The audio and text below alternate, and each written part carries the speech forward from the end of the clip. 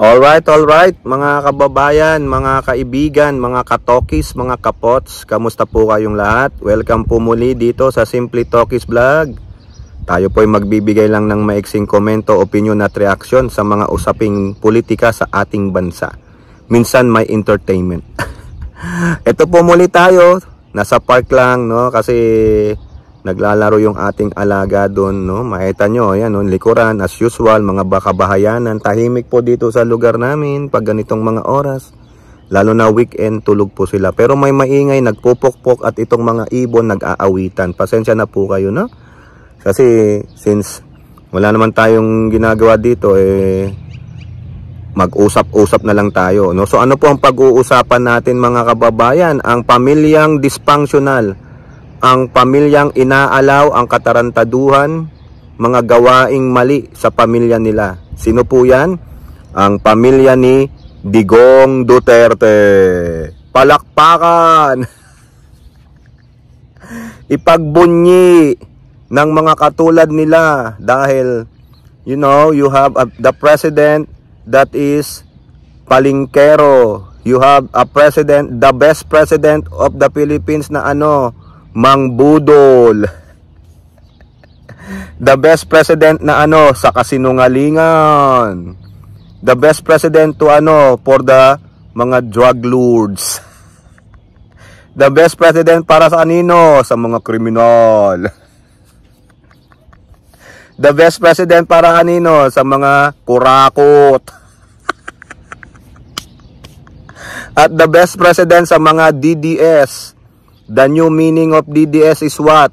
Duterte Dick supporters. Bakit, mga kababayan, no? Pag-usapan natin yung dikya ni Digong. Yung ethics ni Digong, pinagtatalunan po ng mga kababaihan sa social media, no? Kasi allow po sa Duterte administration ang mangbabae. Allow po sa Duterte administration ang manlalaki.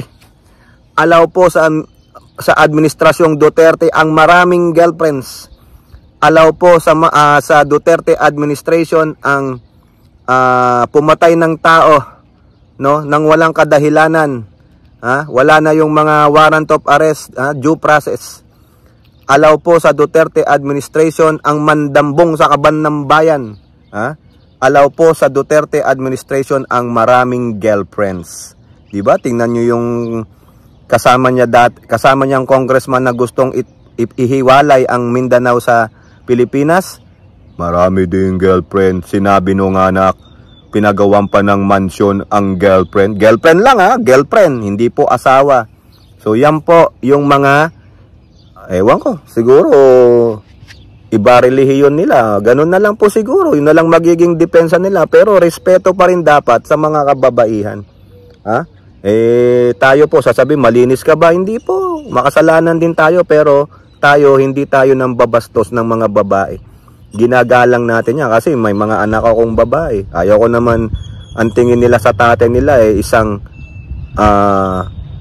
babaero, no?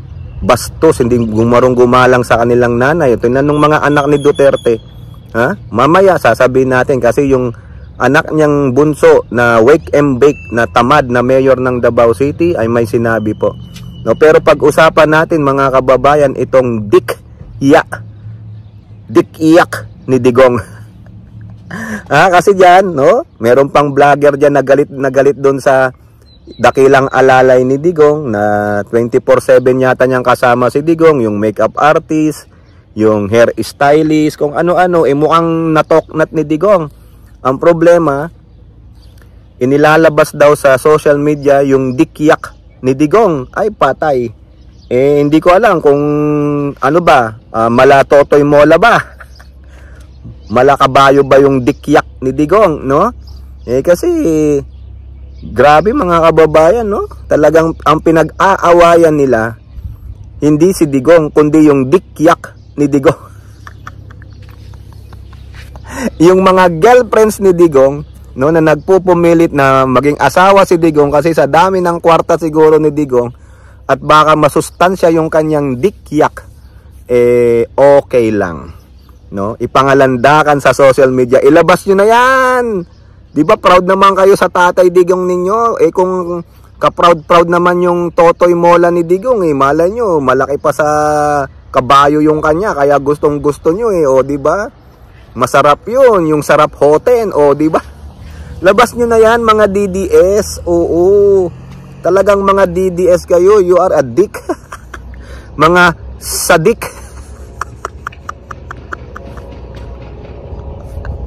Mga sadik, mga sabik-sadikyak ni Digong.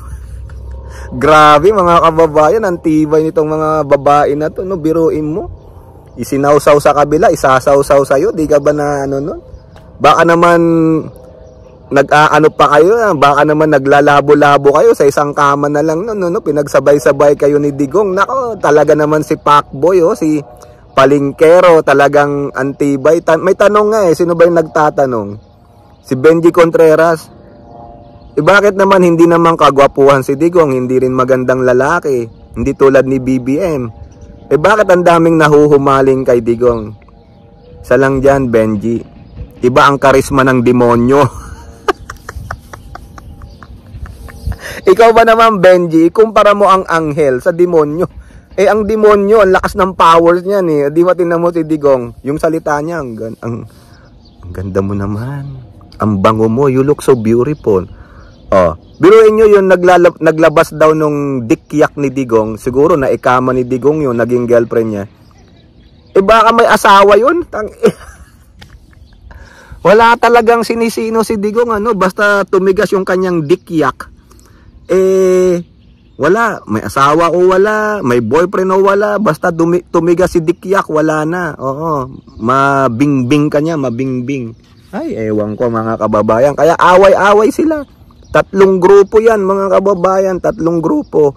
Yung grupo ng nanay ni Wake and Bake, nakakampi ni Rokita, saka yung Luka-Luka, saka si Bongo. Oo, kakampi ni Bongo yan mga kababayan. Si Bongo ang nagpa-finance dyan. Oo. Tapos yung isa naman, yung councilwoman daw ng CDO. Naku, tangkad nun mga kababayan. Saka, mala Chinese ang itsura yata, no? Ewan ko ba? Oo. So, yung babae na yon mga kababayan, no? Councilor. Biro mo, wala ring yung, kung totoo man na girlfriend siya ni Digong, wala ring delikadesa. Councilor ka pa man din. Kaya nga sabi ko sa inyo, sa pamunuan ni Digong, allowed yung mga ganong bagay, yung makipagbingbingan ka, no, maski na may jowa ka na, may asawa ka na, committed ka na, in relationship, okay lang makipagbingbingan kay Digong kasi Totoy Mola daw yata si Digong, o baka tulad daw ni Boy Silly. Tingnan nyo ha, Tatak Duterte talaga, pakita ng mga kanilang mga dikyak, o di ba? O ngayon pinag-aawayan kasi daw nakakaawa, ha? Nakakaawa daw si Digong. Kasi binababoy daw si Digong, sabi nung vlogger dyan na luka-luka sa sinungaling sa LA. Binababoy daw si Digong. Ha? O bakit? Si Digong ba hindi ng baboy? Ayan yung tinatawag nyong karma is a bitch. Ha? Balik lang sa kanya yan. Ako, natutuwa pa ako. Oo. Hindi ko po ikinakalungkot na binababoy yung matandang nandun sa dahig, si Daheg Boy. Oo. Si Boy Tikol. Oo, si Boy Tikol. Bakit? Kasi siya po ay isang baboy. Binaboy niya ang bansang Pilipinas. Binaboy niya ang mga Pilipino. Niloko nila. Kung talagang matino kayo, ilabas nyo yung pasinungalingan nyo yung sinasabi ni Trillanes. 9 na taon na yan, mag-iisang dekada na next year. Pero hindi nyo kayang idemanda sa Trillanes? O ngayon, gagamitin yan sa impeachment trial, mabubuksan ng inyong bank account, no? Yung mga bank waiver nyo, yung ayaw nyong pabuksan yung mga bangko nyo, ay wala na yan, no? Pag pinag-utos ng korte, yari kayo. Baka naman totoo ang sinasabi ni Trillanes o baka hindi, o magkakaalaman mga kababayan. Kaya kung binababoy man si Digong nung babaeng naging girlfriend niya, yung niyot-yot niya, kasi kababoy-baboy talaga si Digong. Isa kang baboy, Digong, kaya dapat lang sa iyo yan, karma. Hindi po garma ha, karma. O next mga kababayan, Isa pa mga kababayan, ha? Yung anak naman niyang wake and bake na mayor ng Davao City na tamad, nagbigay po ng statement. No? Nagbabala pa siya sa mga grupo na nagkakagulo tungkol sa mga dik supporter ni Digong.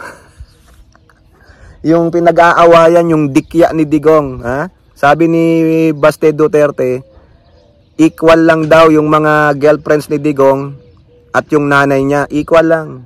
So yung nanay niya, ini-equal niya lang dun sa mga girlfriend o kabit ng tatay niya. Ako hindi po ako papayag, sinabi ko na yan sa LS ko. Ilalagay ko ang nanay ko sa pedestal. Dahil nanay ko nagsaper sa kamay ng tatay mo sa kanyang pagiging pilanderer. Kinukonsinti ni Baste Duterte, si Wake and Bake Boy, yung gawain ng tatay niya na pagiging babaero, manluloko sa mga babae. Sabi niya, it is what it is. Yun na yun. Baka kasi mga ugali ninyo.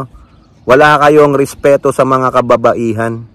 Nakakahiya kayo. Tapos sabi niya, kung hindi daw titigil yung tatlong grupo na pag-aawayan yung dikya ni Digong, mas marami pa daw siyang isisiwalat. Ay, isiwalat mo na yan.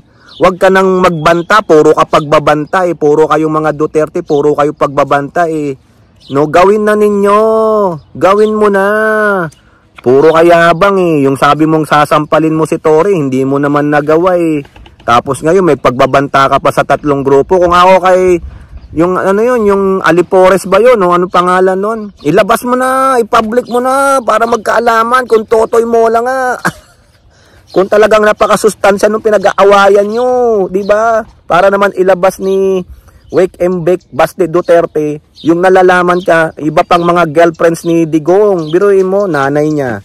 Yung nanay nung isang Wake and Bake, yung counselor, yung alalay, saka si Garma, mga kababayan. Biruin mo, 5 yun, no? Tangera, sarap-sarap si Digong.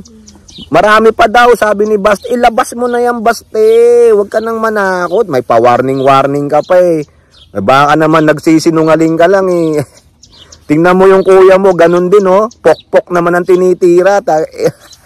Ayop talaga. So, okay lang sa pamilya Duterte ang mga ganyan. Yung mga walang respeto sa babae, palingkero, konsintihin ang pagiging pilanderer ng mga lalaki. Kasi feeling nila ang mga lalaki ang pinaka-superior. Ganun po yung mentalidad nila, no? Walang moral values, walang dignidad, walang pagrespeto sa mga kababayan. Kaya tingnan mo si Pusit, hindi ka respeto. Kasi manang-mana sa ama. Iyan ay AC/DC. Okay, kayo po, ano pang inyong masasabi? Comment down below and don't forget to like and share. Hope to see you in the next videos. Bye-bye. God bless.